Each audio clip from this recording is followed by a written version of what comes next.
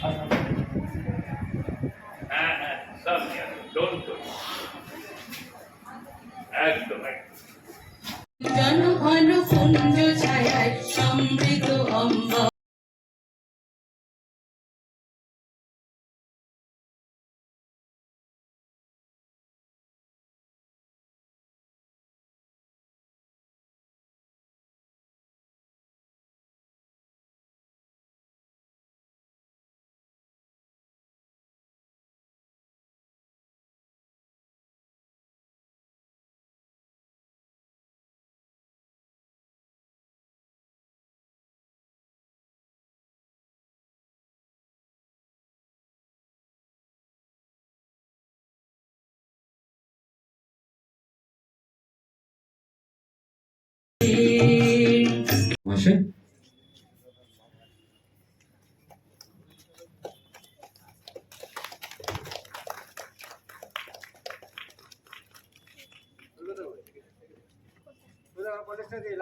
এবং যে দুজন বিশিষ্ট নাট্য ব্যক্তি উপস্থিত হয়েছেন তাদেরকে বরণ করে দিচ্ছি উত্তরীয় পরিয়ে।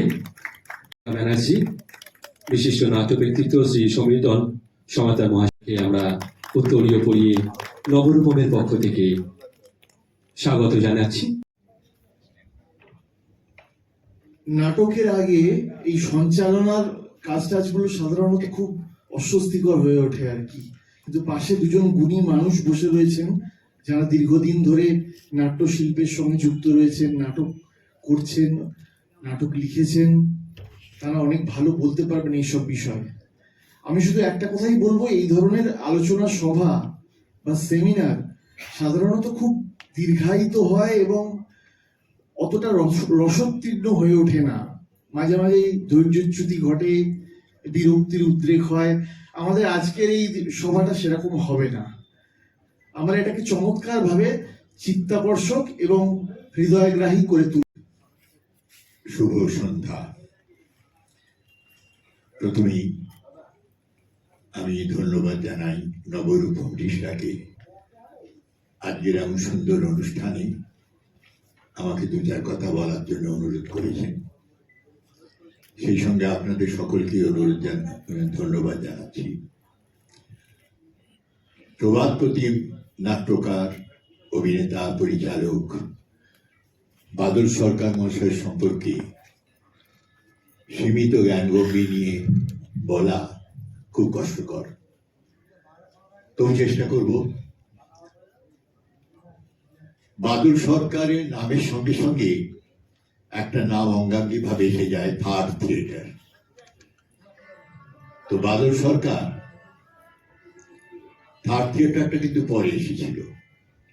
একটা সময় ইউরোপে নানা ধরনের পরীক্ষা নিরীক্ষা হচ্ছে তো নাটক নিয়ে, ইউরোপে একটা সময় অ্যাবস্ট্রাক্ট থিয়েটারের একটা চল হয়েছিল।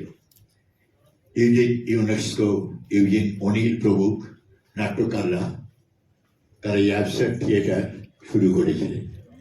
বাদলবাবু গোড়ার দিকে সেই অ্যাবস্ট্রাক্ট থিয়েটারের দ্বারা প্রভাবিত হয়েছিলেন এবং তিনি এবং ইন্দ্রজিৎ নামে একটি নাটক লিখলেন অ্যাবস্ট্রাক্ট থিয়েটারের উপরে, যে নাটকটি কলকাতায় বিশেষ করে মুক্ত অঙ্গন মঞ্চে দিনের পর দিন অভিনীত হয়েছিল এবং প্রচন্ডভাবে প্রশংসার ধন্য হয়েছিল।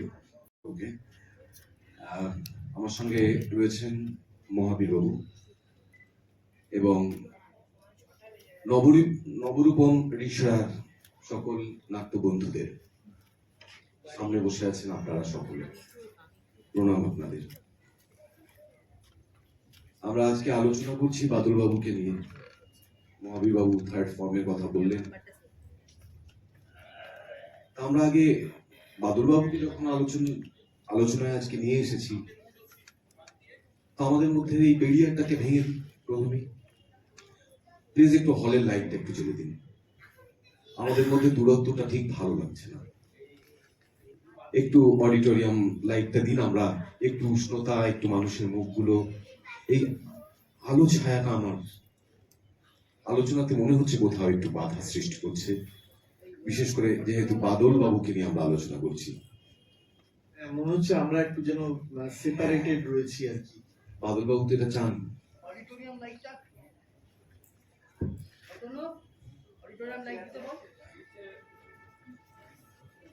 ব্যাপার হচ্ছে যে একটা নাটক দেখতে এত মানুষ আসেন না। সম্প্রতি নাটকের হলগুলোতে আপনারা খেয়াল করে দেখবেন যে অনেক নাট্য উৎসব হচ্ছে। সেখানে এই কয়েকদিন আগেও আমি উত্তরপাড়াতে এসেছিলাম, সেখানেও দেখলাম খুব কম গুটি কয়েক মানুষ অভিনয় দেখতে এসেছেন। আজকে তো আলোচনা শুনতে এসেছেন, এত মানুষ দেখে আনন্দ হচ্ছে।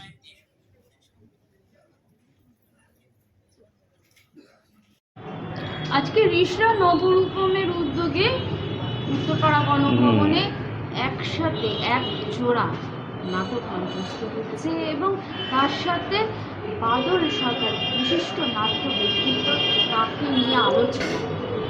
এই যে একদিকে সেমিনার আলোচনা সভা আর একদিকে এক জোড়া নাটক, মনোজ মিত্র রচিত। একটু আগে একটু বলে দিই আমাদের এই নবরূপম সংস্থার ব্যাপারে। নবরূপম আমাদের 2015-এ স্থাপিত হয়েছিল, কিন্তু রেজিস্ট্রেশন হয়েছে পরে, 4-5 বছর পরে রেজিস্ট্রেশন করি। তা আমাদের অনেক প্রতিকূলতার মধ্যে দিয়ে এগোতে হয়। এখনও পর্যন্ত আমরা সরকারি গ্র্যান্ট বা সরকারি সাহায্য এখনও পর্যন্ত পাওয়া যায়নি। আমরা চেষ্টা চালিয়ে যাচ্ছি। আমরা আনুষঙ্গিক আমাদের যে সহযোগী বন্ধুরা আছে যারা নাটক ভালোবাসে, এরকম তাদের কাছে গিয়েই আমাদের দরে দরে প্রার্থনা করেই আমাদের এই নাটকটা চালাতে হয় এবং সেইভাবেই আমরা এবছরেও চালাচ্ছি। আমরা এবছরে একটা নাট্য সেমিনারের আয়োজন করেছিলাম, যে নাট্য সেমিনার থাকছে আগে নাটক, কারণ হচ্ছে নাটক তো সবাই দেখে, কিন্তু নাটক সম্পর্কে একটু যদি আলোচনা হয়, নাটকের সম্পর্কে একটু যদি বাংলার মানুষ জানতে পারে, তাহলে আরও একটু ভালো হয়, দর্শকদের মধ্যে থেকে আরও একটু ক্লিয়ার হয় ব্যাপারগুলো। সেই জন্য আমরা এবছর যেহেতু বাদল সরকারের জন্মশতবর্ষ, সেই জন্য আমরা বাদল সরকারের জন্মশতবর্ষ এবং তার নাটক এই প্রসঙ্গটা রেখেই আমরা সেমিনারটা করছি। এই সেমিনারের পরে থাকছে আমাদের ঈশ্বর কাহিনী, শঙ্কর বসু ঠাকুরের, ওনার লেখা, আমাদের পরিচালনায় রাজীব পাকরাশি। আর তারপরের একটা 10 মিনিটের বিরতি থাকছে। তারপরে আমাদের নাটক মনোজবাবুর লেখা, মনোজ মিত্রের লেখা ভগীরথের মূর্তি। এই ভগীরথের মূর্তি, আর এটা একটু অন্য রকমের নাটক, সেটা দর্শকদের কাছে এক্ষুনি বলছি না, যারা দেখবে তারা তখন বুঝতে পারবে যে একটা সবসময় পুরাতনকে জায়গা ছেড়ে দিতে হয় নতুনের আগমনে, এই বার্তাই দিয়ে যাচ্ছে নাটকটাতে। সেরকম ঈশ্বর কাহিনীতেও একটা বার্তা আছে, যে একটা হাসির মধ্যে দিয়ে একটা ভাবতে শেখায় যে আমাদের যৌথ পরিবার যে ভেঙে যায়, তাকে বাঁধতে গেলে কি কি প্রয়োজন। এইরকম একটা হাসি স্যাটায়ার নাটক, যার মধ্যে দিয়ে একটা সামাজিক বার্তা যাচ্ছে। আমাদের এই দুটো নাটকেরই আজকের প্রথম মঞ্চস্থ করছি এই উত্তরপাড়া গণভবনে। এখানে আমাদের সাথে সহযোগিতার হাত বাড়িয়ে দিয়েছেন শ্রদ্ধেয় আমাদের এই পৌরপিতা দিলীপ যাদব মহাশয়, তার কাছে আমরা কৃতজ্ঞ। এবং এর সাথে সাথে আমাদের সাথে সহযোগিতার হাত বাড়িয়ে দিয়েছেন কিছু সহযোগী বন্ধু আছেন, অনির্বাণ চক্রবর্তী মহাশয় আছেন, সুকুমার মাইতি আছেন, এরকম কিছু বিভিন্ন জন আছেন যারা আমাদের সাথে সহযোগিতার হাত বাড়িয়ে দিয়েছেন। তার জন্যে আমরা নাটকটাকে নিয়ে যেতে পারছি। আগামী দিনে ইচ্ছে আছে এই নাটক দর্শকদের ভালো লাগলে নিশ্চয়ই আমরা আরও বাংলার বিভিন্ন জেলায় নিয়ে যেতে পারবো। সবটাই নির্ভর করছে প্রচারের উপর। যতটা প্রচার আপনাদের মধ্যে দিয়ে হবে, ততটাই আমরা সেটাকে এগিয়ে নিয়ে যেতে পারব।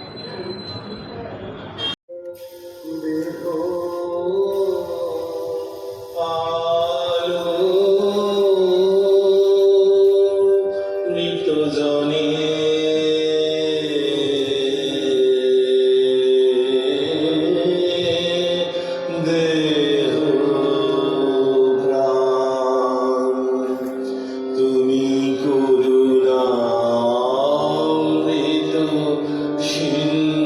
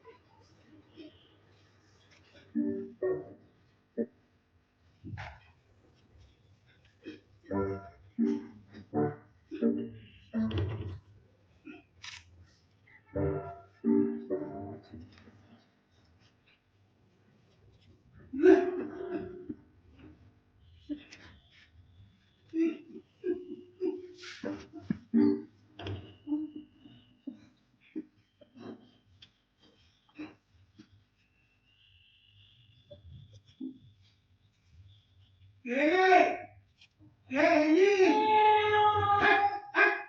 বিধাতা, ও ভগবান, বেড়াল ঢুকেছে রে।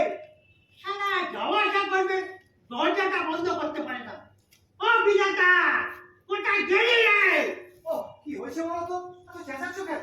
হ্যাঁ, এই বয়সে কোনো বুড়ো হলে এত গলার আওয়াজ শুনিনি বা। বলছে না যেন হাঁপো, বেড়াল ঢুকেছে, কালো মতো, এই এত বড়।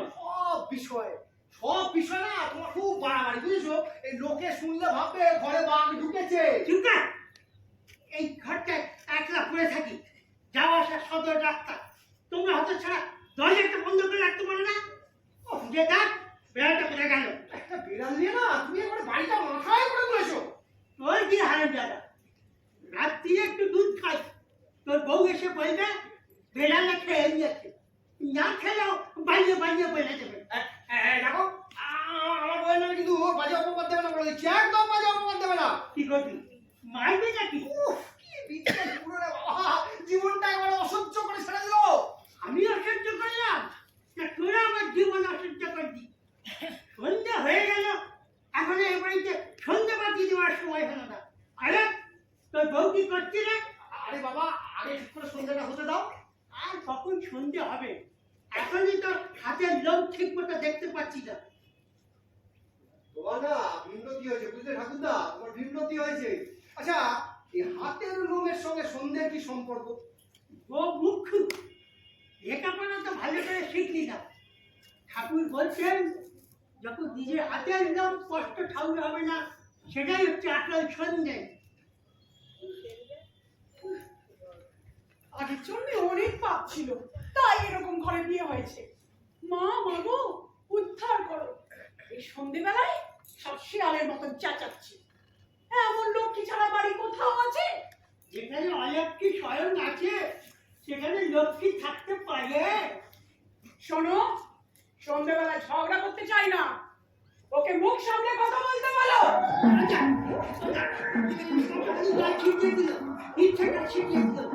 ওদের মনে চাইছে ঠান্ডা লাগে, আমি যেন তাড়াতাড়ি ছুটে যাই। দেখো, এই সব বিষয় না সবসময় আমার বউয়ের দোষ ধরে না বলে দিচ্ছে। পুরা কপাল আমার, এত করি তবু সবসময় খুদ ধরছে আর মুখ ছামটা দিচ্ছে। যাকে যাকে এই দেখো, সন্ধ্যা কাছে বলো না, হয়েছে বিউনতি। থাক, রোজ রোজ এই আদিক্ষেতা আর ভালো লাগে না। আসলে তোমাদের বংশটাই হচ্ছে বজ্জাত। তোমরা বংশধরের কথা বলবি না। বংশধরের কথা বললো কোথায়? বংশধরের কথা বললো কোথায়? কষ্টা শুনতে পেলাম ওই হারামজাদি বললে বংশের দোষ। না না, ওটা বংশ বলেনি, বংশ বলেনি, ওটা অংশ বলেছে, বুঝলি? অংশ। এই না গো না, না দেবো কিন্তু তোমাকে খুবই ভালোবাসে। অবশ্য তুমিও তাকে ভালোবাসো। ওরা তো মেয়েকে ভালোবাসতে আবার বই দেখে। ওনার ভালোবাসা পাওয়ার জন্য আমার আর ঘুম হচ্ছে না। আমার পেটিতে লাগছে এলো। আচ্ছা, আপনার কি কোনো কাজ নেই নাকি? সবসময় ঠাকুরদার পিছনে ঠিক করেই যাচ্ছ। জানতে এলুম রাতে কখন আর রুটি খাবে। বাবা, রোজ এক কথা জিজ্ঞেস করার কি আছে? রোজ যখন খায় আছে তখনই খাবে। সেবা করছো? দেখতেই তো পাচ্ছ, কি মালিশ হচ্ছে। হ্যাঁ, তা যতই মালিশ করো, তেলে গিয়ে ইচ্ছারু পাকা বাঁশ হয়ে গেছে, ঝট করে ভাঙবে না। ইটার স্টুপিড, আমার এসব অকাত্য কুখাদ্য খায় ভাই লোকে দাও। আর মানি বলছি যাবে তা, আর এক ফোড়া চুনি। আফসোস আফসোস, হিংসা আমার বুকটা ফেরে যাচ্ছে। এর মধ্যে আমার নেশা করতে ভালো লাগে। কেন রে ভাই, কি হলো? আরে ঝন্টু কাকার ভাগ করা দেখে আমার বুকটা ফেরে যাচ্ছে। কেন রে? সন্তু গুপ্তধন পেল নাকি? বৌদির একটা গামছা দিলে হলো না, শ্মশান ঘাটে যেতে হলো। কেন রে? কি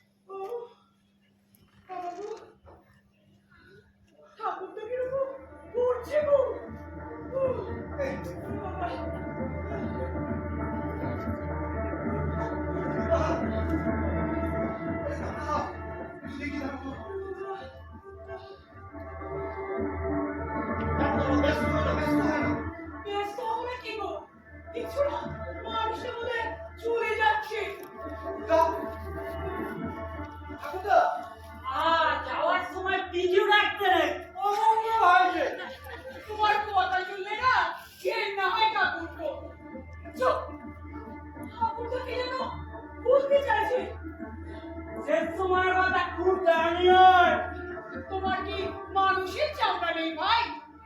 চপ বাবা, খারাপ কি বললাম? এই সময় তো মানুষ সম্পত্তির কথা পড়ে যায় নাকি? তো একটু চুপ কর, চুপ কর। কি একটা বলতে চাইছে আমি একটু শুনি।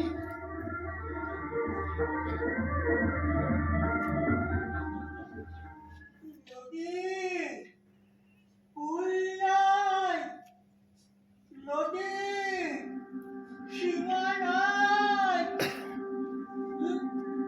লা লঙ্কা, ঠাকুরটা বৈতরণ পাড়া পৌঁছে গেছে। কি আনন্দ! মাঝি নাই, মাঝি নাই। এই মেরেছে, পাড়ের মাঝি গেল কই? অপেক্ষা করো ঠাকুরদা, অপেক্ষা করো। মাঝি এলো বলে। কি অনুকূলে কথা বলছে গো।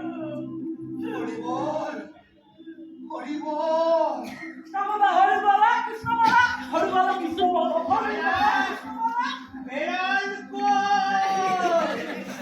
কি বেকার লোক ঠাকুরদা, নদীর পাড়ে পৌঁছে আছো, এখন মাঝি না খুঁজে বেড়াল খুঁজছো? সে আসছে, কুয়াশার চাদর মুড়ি দিয়ে পানি আসছে। যাই গো যাই, হস্ত সরে দাঁড়িয়ে শৈতন বৌমা, ঠাকুমা, ঠাকুর, তুলে নাও ঠাকুর।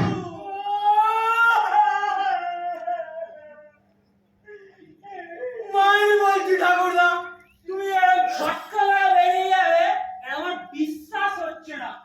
চলো না চলো, শ্মশান ঘাটে নিয়ে যাওয়ার ব্যবস্থা করি।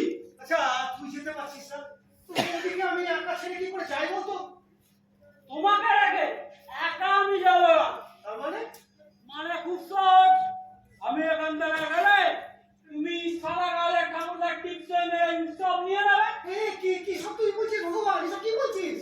সম্পত্তি খুব খারাপ জিনিস দাদা।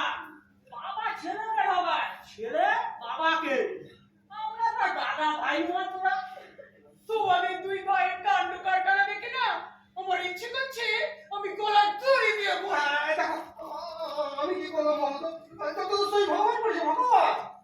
আমার বাবা পেড়ে এক কলম মুখে এক কলম নয়, যা সত্যি তাই বলছি। লোকজনকে খবর দিতে হবে, ওড়াবার জন্য পঞ্চায়েতের সার্টিফিকেট লাগবে। অনেক কাজ, অনেক সময় লাগবে। অত সময় আমি তোমাকে একা রেখে যাব না।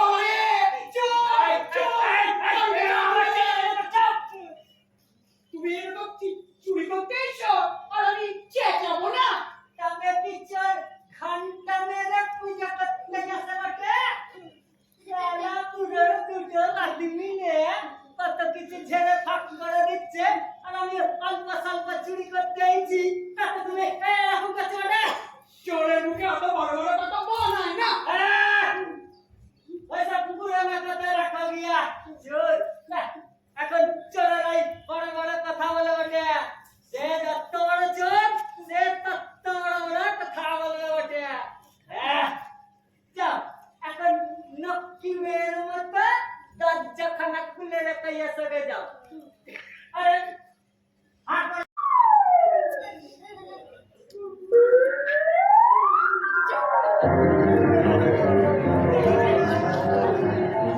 তখন থেকে বলবো, বেড়াল ঢুকেছে, বেড়াল ঢুকেছে, গেছি বলবো না। সামনে ঢুকতে গেলে কই? বেঁচে আছো ঠাকুরদা? কেন রে? নাকি আমার ভলেন্টাইন ছিলিস নাকি? ওই বাদর দুটো গেল কই? ওরা লোক ডাকতে গেছে আর সেই ফাঁকে এই চোরটা ঢুকে পড়ে।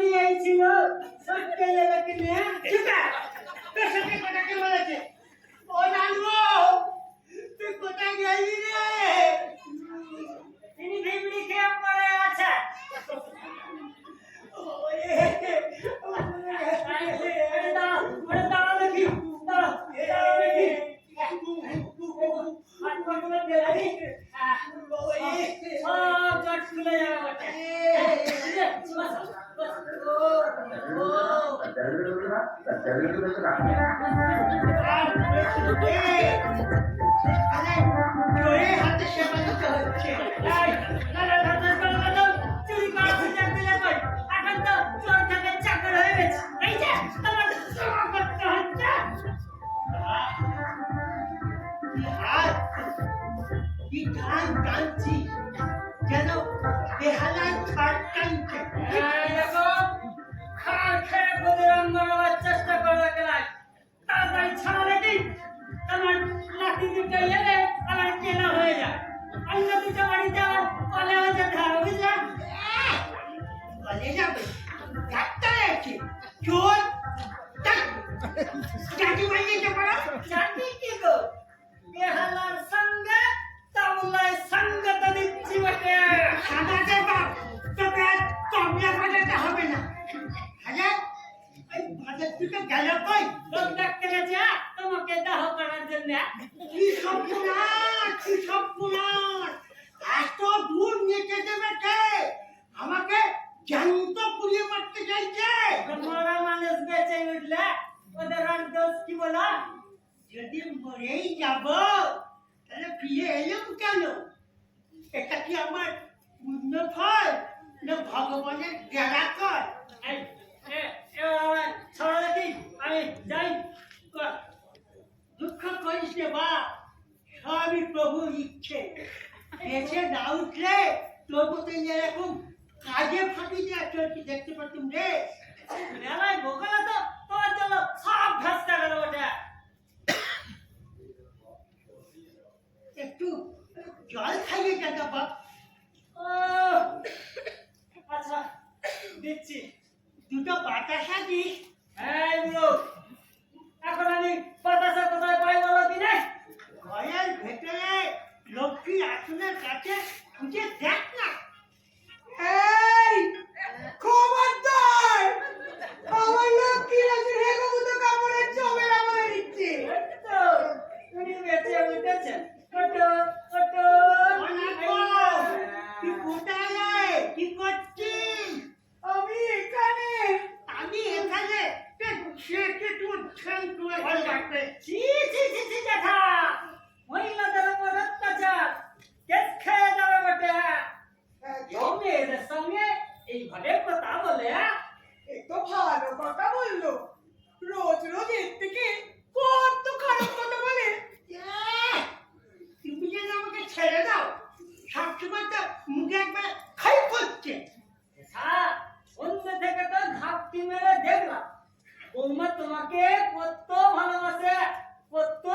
করে ওটা শোনো শোনো চোর কাকু কি বলছে শোনো আবার চোর কাকু কিনে এমনি কাকু বলতে পারবো না।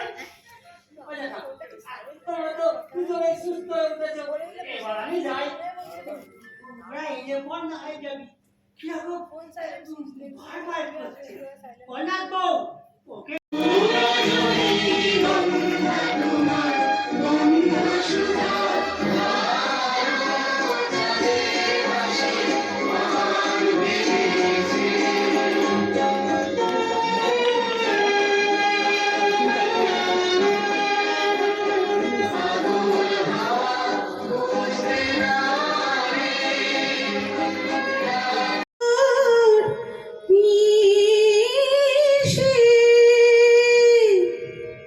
যে আছে কালো শোষী চাতক প্রায় অহর্নিশি যে আছে কালো শোষী আমি হব বলে চরণ দাসী ও আমি হব বলে চরণ দাসী ওটা হয় না কপাল গুনে ওটা হয় না কপাল গুনে আমার মনের মানুষের সানে ও আমার মনের মানুষের সানে মিলন হবে কত দিনে ও মিলন হবে কত দিনে আমার মনের মানুষের সানে ও আমার মনের মানুষের সানে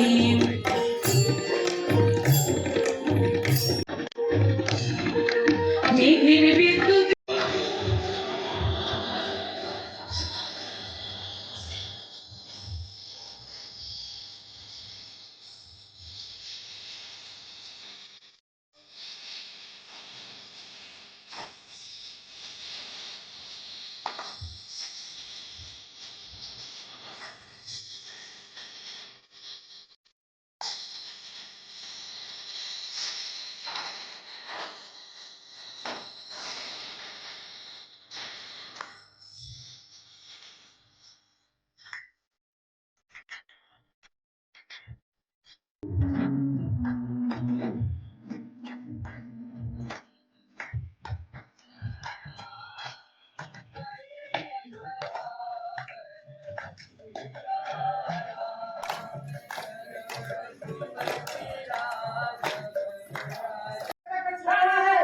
এই কিছু লাগবে না, আমি দাঁড়িয়েই বলবো।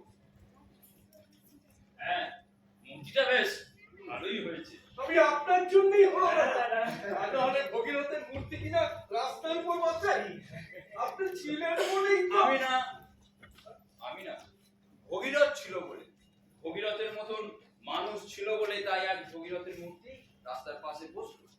ভগীরথ আমাদের গর্ব, শুধু শহরের না সারা দেশের গর্ব। এই রাস্তাটির নাম হবে ভগীরথ বাই লেন।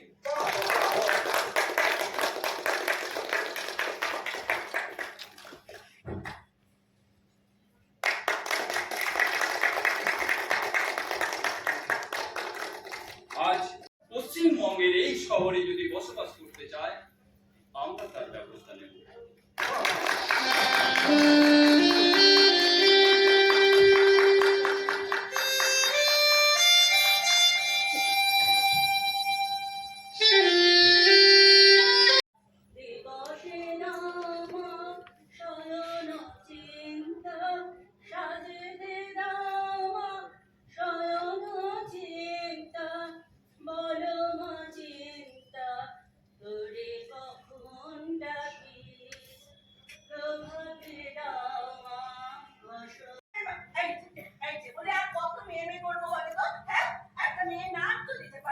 মেয়ের নাম সুক্তা। আরে বাবা ভোরে আকাশে জ্বলতে দেখো না। তাই বলে শুক্তারা শুক্তারা কারো নাম হয় নাকি? আরে বাবা হয় হয় ভোরের আকাশে জলে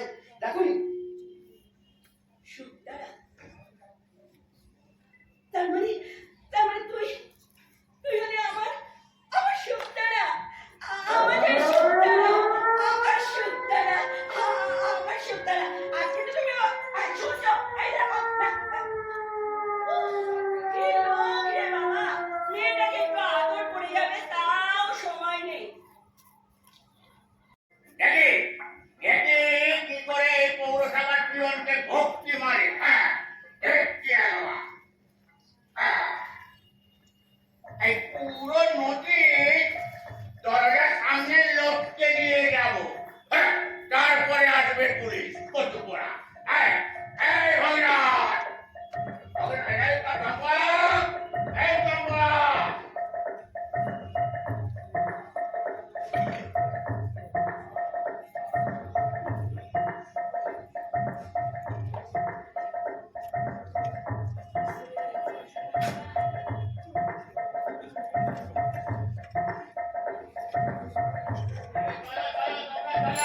তোমাদের সামনে আজকে দড়ি লাগানো হবে। আরে বাবা, চম্পকরা না দেখো, কোনো অসুবিধা নেই। চলো চলো সবাই। এই এই এই এই দেখি না, এই এই এটা কি হচ্ছে নাকি? হ্যাঁ না, তোমার শ্বশুরে। না না না, শালা, এই চাঁদি ফাটা রোদ্দুরে গরমে আমি তোমার জন্য হেঁটিয়ে মরছি, আর তুমি আমার সাইকেল বেড়াচ্ছ।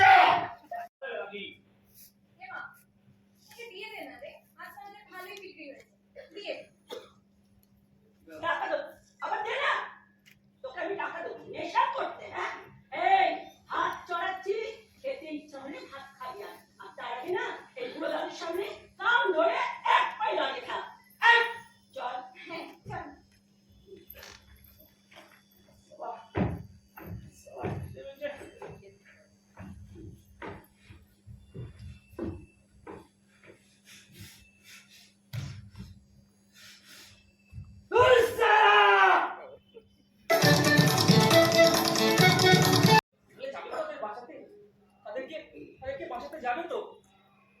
আমারও কিন্তু একটা দাবি আছে। আমি কিন্তু আমার মাকে ছেড়ে থাকতে পারবো না। আমার মাও কিন্তু আমার সঙ্গে সেই ফুলতুলিতে যাবে। সেটা কি করে হবে সুক্তারা? কেন? আমার মা কি খারাপ? হ্যাঁ, আমি কি তা বলছি। এমন এমন ফুলের সাজি বানাতে পারেন যিনি, মুখে মুখে ছড়া বানিয়ে তক্ষুনি গান গিয়ে শোনাতে পারেন যিনি, এমন মা ঠাকুরন আমার ঘরে গেলে ফসল আমার 10 গুণ হবে তা আমি জানি।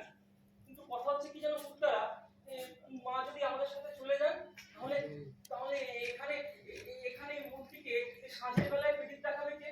আর আর এই পুনে পাঠানো থাকবে না। আর ভগীরথ বাইলেনে আমার শ্বশুর বাড়ি আসার ঘুচে যাবে। একটা এত বড় মূর্তির আত্মীয়তা এইভাবে হারিয়ে দেবো সুক্তারা? দাও, ওনাদের টাকা ফিরিয়ে দাও। চল চল কোথাকার। পুরো সময় কিছু না জেনে শুনে মনে করে হাতে টাকাটা দিলে কেন হয়? এই কিছু ভারী হবে না। তাহলে যে এতগুলো লোকের কাছে আমি দোষী হয়ে থাকবো? দেখো, ভগীরথের স্মৃতি রক্ষার টাকাটা চম্পকই পাবে। ভগীরথ চর্মকারের একমাত্র বংশধর বলেই পাবে। কি বলছেন দিদি? চম্পক কার বংশধর? হ্যাঁ, মিউনিসিপ্যালিটির ওপর পুরনো নথিপত্র ঘেঁটে শহরের প্রবীণদের সঙ্গে কথা বলে চটকলের যে ভদ্রলোকের ছেলেকে সে বাঁচিয়েছিল তাদের আত্মীয় স্বজনদের সাক্ষী সাবুত নিয়ে দেখা গেছে ভগীরথ চর্মকারের একমাত্র বংশধর ওই। ও নিজে অবশ্য জানতো না যে ছাপড়া জেলা থেকে ওর পূর্বপুরুষকে এখানে আনা হয়েছিল। এটা খুঁজে বার করতে আমাদের কয়েক মাস সময় লেগেছে। বারবার নোটিশ পাঠিয়েও যখন আসছিল না, তখন আমি ওকে বললাম, দেখো, ভগীরথের স্মৃতি রক্ষা টাকা ও যদি নেশার পেছনে ওড়ায়, এ শহরের ত্রিসীমানায় ওকে ঘেঁষতে দেওয়া হবে না।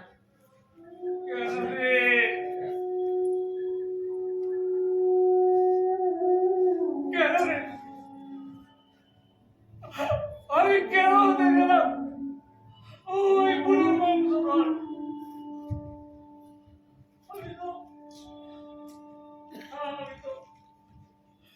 আমি তো তোমায় চিনি না। কি করেছি তো? কিচ্ছু না। এই দামিনী কাকি মাথায় ছাতা বেঁধে গেছে।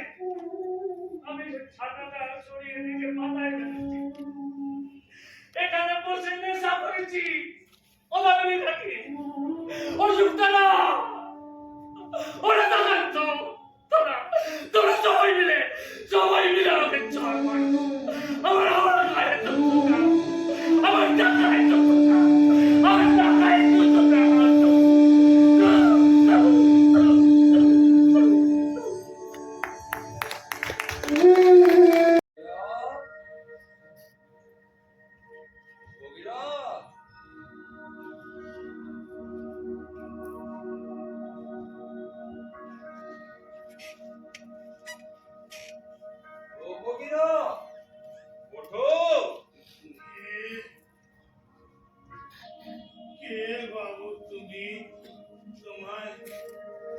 চিনতে পারিনি গো। চিনবে কি করে আমায়? আমি চেনার মতো হয়ে ওঠার আগেই যে তুমি পৃথিবী ছেড়েছো। অংশু বর্মন, দ্বিতীয়বার অলিম্পিকে খেলতে গিয়ে চোখে আউট হয়ে গেলাম। অংশু বর্মনের অবশ্যই তার আগে একচেলবে গোল আছে অলিম্পিকে। বাবু, তোমার মুক্তি বসবে ওই বড় রাস্তায়। তাই তো শুনছি। তবে এই শেষ বয়সে পুরোটা না, সেই যখন অংশু বর্মন তরুণ তরতাজা ছিল, উল্কার মতো বল নিয়ে অপোনেন্টের গোল মুখে ছুটতো, বাঁ পায়ে ডান পায়ে বল চলাচলি করে চক্রমোহ ভেদ করত। তিনি হবে সেই যুবক অংশুর। বাহ বাহ বাবা, বড় রাস্তার মোড়ে তোমার মূর্তি ঝলমল করবে। তোমাকে কি আমি উৎখাত করলাম ভগীরথ? না না, উৎখাত করবে কেন বাবু? এই তো কতকাল টিকে গেলাম জগতের বুকে। কত আলো, কত আদর, কত ভালোবাসা গায়ে রেখে দিলাম। আর কতকাল দখল করে থাকবো। না না, এই পৃথিবীতে কত কীর্তিমান আছে, তাদের জায়গা ছেড়ে দিতে হবে না। ভগীরথ, আমি কে জানো? আমি সেই ছোট্ট ছেলেটা, হাইডেনে নেমে তুমি যাকে বাঁচিয়েছিলে। তাই নাকি? সেদিন তো লাগেনি তো রে। না, সেদিন লাগেনি, তবে তবে আজ বড় লাগছে। সেদিন সেদিন তুমি না বাঁচালে কোথায় থাকতো আমার অলিম্পিক? এক ছোড়া গোল, তখন কে অংশু বর্মন? ভগীরথ, আমার আমার কিন্তু বড্ড আনন্দ হচ্ছে। কত বড় হয়ে গেছে। থাকো থাকো এই পৃথিবীতে।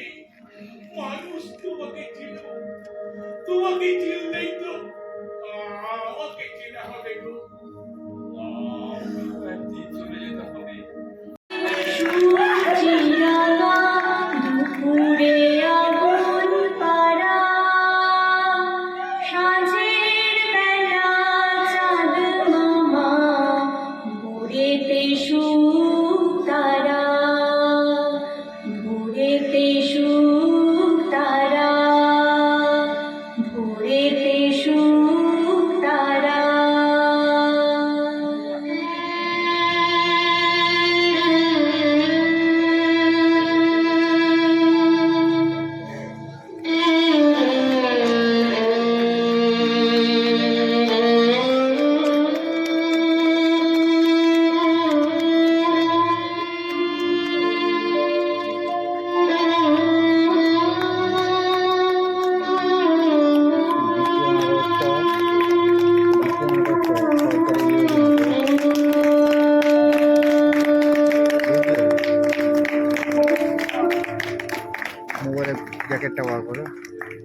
মাত্র এসছি, এবার শেষে। ঠিক আছে, সকালে খুব ভালো থাকবেন। একটা কথা, ওই আমার জয়ন্তরা করে আমি কিছুই করি না, আমি শুধু ভরসা দিচ্ছি। আছি বাবু, আমি চল করে যান।